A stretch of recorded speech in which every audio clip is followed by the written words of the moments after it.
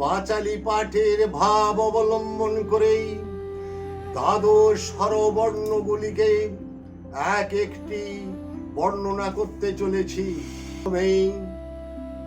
নরোত্তম দাস ঠাকুরের কথা তুলে ধরছি। ওগো চৌত্রিশি পদাবলী যে করে কীর্তন, দাস নরোত্তম যাচি তার শিকার। ওগো চৌত্রিশ পদাবলী যে করে কীর্তন, দাস নরোত্তম যাচি তার শিকার। তদ্রূপ ভক্তি মার্গে অর্থাৎ ভক্তির পথে জগতের অচেতন নরনারীদের চেতনায় জাগরিত করাতে বুঝে পরম গুরু করুণাময় ঈশ্বর আমাকেও দ্বাদশ পদাবলী রচনা করবার প্রেরণা দিলেন। শুরু করছে এক একটি বর্ণের বর্ণনা। ওগো অয়েতে অধিকার জানিও সবার, শ্রীকৃষ্ণের চরণ মোদের আশায় লইবার। ওগো অয়েতে অধিকার জানিও সবার, শ্রীকৃষ্ণের চরণ মোদের আশায় লইবার। আয়েতে আমার মিছে বিষয় বৈভব, অন্তিম কালে কৃষ্ণ বিনা পড়ে হাহাকার। আয়েতে আমার মিছে বিষয় বৈভব, অন্তিম কালে কৃষ্ণ বিনা পড়ে হাহাকার। ওগো হসইতে ইচ্ছে জাগিলে মনে, আজীবন কৃষ্ণ নাম বলি বিভাদনী। ওগো হসইতে ইচ্ছে জাগিলে মনে, আজীবন কৃষ্ণ নাম বলি বিভাদনী। দীর্ঘইতে ঈশ্বর কররে শরণ, ঈশ্বর প্রাপ্তি লাভের আসে ভবেতে গমন। ঘইতে ঈশ্বর করো যে শরণ, ঈশ্বর প্রাপ্তি লাভের আসে ভবেতে গমন। অসৌতে উজাড় করো দেহ মন প্রাণ, কৃষ্ণ কি পায় সিদ্ধ হবে সাধন ভজন। হসৌতে উজাড় করো দেহ মন প্রাণ, কৃষ্ণ কি পায় সিদ্ধ হবে সাধন ভজন। দীর্ঘতে ঊর্ধ্ব বাহু আনে গৌর ভাব, আর গৌর কি পায় দূরে যাবে মনের অতীতাপ। দীর্ঘতে ঊর্ধ্ব বাহু আনে গৌর ভাব, গৌর কি পায় দূরে যাবে মনের অতীতাপ। জিয়েতে ঋষির বাক্য সদা যে সত্য, ধরা ধামি তাই তো মান পায় সর্বত্র। রিয়েতে ঋষির বাক্য সদা যে সত্য, ধরা ধামি তাই তো মান পায় সর্বত্র। লিকারেতে নিমাই আমার চৈতন্য গোসাই, জীব শিক্ষা দেবার লাগি হলেন সন্ন্যাসী। লিকারেতে নিমাই আমার চৈতন্য গোসাই, জীব শিক্ষা দেবার লাগি হলেন সন্ন্যাসী। এতে এক মনে ডাকো সে জনে, আপন বলে একজন আছে এই ধরা ধামি। এতে এক মনে ডাকো সে জনে, আপন বলে একজন আছে এই ধরা ধামি। ওই কারেতে ওই দেখো গৌর মূরতি, লীলাময়ীর লীলা বিলা গ্রন্থে রয় স্মৃতি। ওই কারেতে ওই দেখো গৌর মূরতি, লীলাময়ীর লীলা বিলা গ্রন্থে রয় স্মৃতি। ও এতে ওরে মনে গৌরাঙ্গে দে না, মতি তোর বৃন্দাবনে করবে আনা গোনা। ও এতে ওরে মন গৌরাঙ্গে দে না, মতি তোর বৃন্দাবনে করবে আনাগোনা। ঔকারেতে ঔষধ বৈদ্যরাজ আনি বিনামূল্যে বিতরিল যশোদানন্দনী। ঔকারেতে ঔষধ বৈদ্যরাজ আনি বিনামূল্যে বিতরিল যশোদানন্দনী।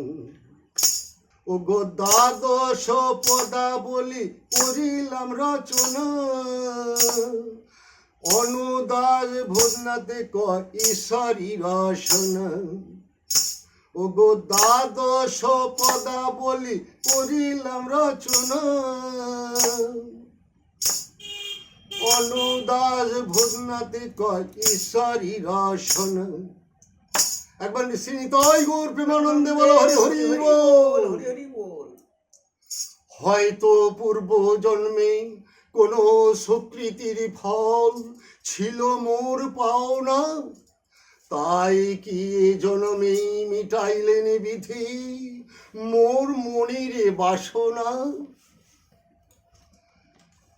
তাই মোরে প্রশ্ন জাগিছে মোর মনে, তাই তো বার্তা দিলাম তব হৃদয় কাননে। তাই তো বলি ওগো শ্রদ্ধেয়, কীর্তন জগতে আছেন যত কীর্তনিয়া, যত সাধু গুরু বৈষ্ণব এবং মন্দিরের মহন্ত মহারাজ, বিভিন্ন মঠের মহারাজ বৃন্দ, আপনারা অবশ্যই এ তথ্যের বিচার করবেন। বিচারে যদি ভুল প্রমাণিত হয় তাহলে নিজ নিজ গুণে আমাকে সন্তান মনে করে মার্জনা করবেন। আর যদি গৌরবের বিষয় হয় তবে সেই গৌরবের অনেকটাই প্রাপ্য হবে আপনারা। অতএব এর সুরা এবং পুরা জানবার জন্য আমি অপেক্ষায় রইলাম।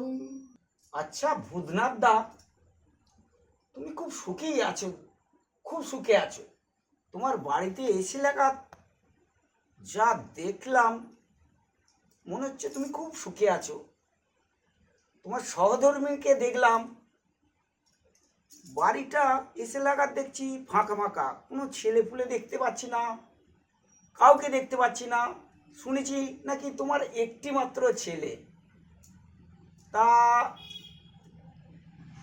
তোমার বৌমা কি তার বাপের বাড়ি গেছে? না দাদা ঠাকুর, না। তবে এ প্রসঙ্গে এ প্রশ্নের উত্তর দেয়া যদিও বাঞ্ছনীয় নয়, তবুও জানতে চাইলে কি না, তাই বলছি শোনো দাদা ঠাকুর, তাই বলছি শোনো। পাত্রীর সন্ধান মেলেনি, ছেলে চাকরি করছে ঠিকই, সবচেয়ে আমাদের বড় গর্ব ছেলে নেশাহীন এবং ক্যাড কম্পিউটার দক্ষশীল। কিন্তু ঈশ্বর আমাদের জন্য কি ভাবছেন তা তিনি জানেন। তাই এ হতভাগ্য জীবন নিয়ে আমি কি বলি জানো দাদা ঠাকুর, আমি কি বলি জানো? কি? সাধনায় আমার, সাধনায় আমার, কি দিয়ে পুজিব চরণ তোমার। সাধনায় আমার, সাধনায় আমার, কি দিয়ে পুজিব চরণ তোমার। সাধনায় আমার, সাধনায় আমার, কি দিয়ে পুজিব চরণ তোমার।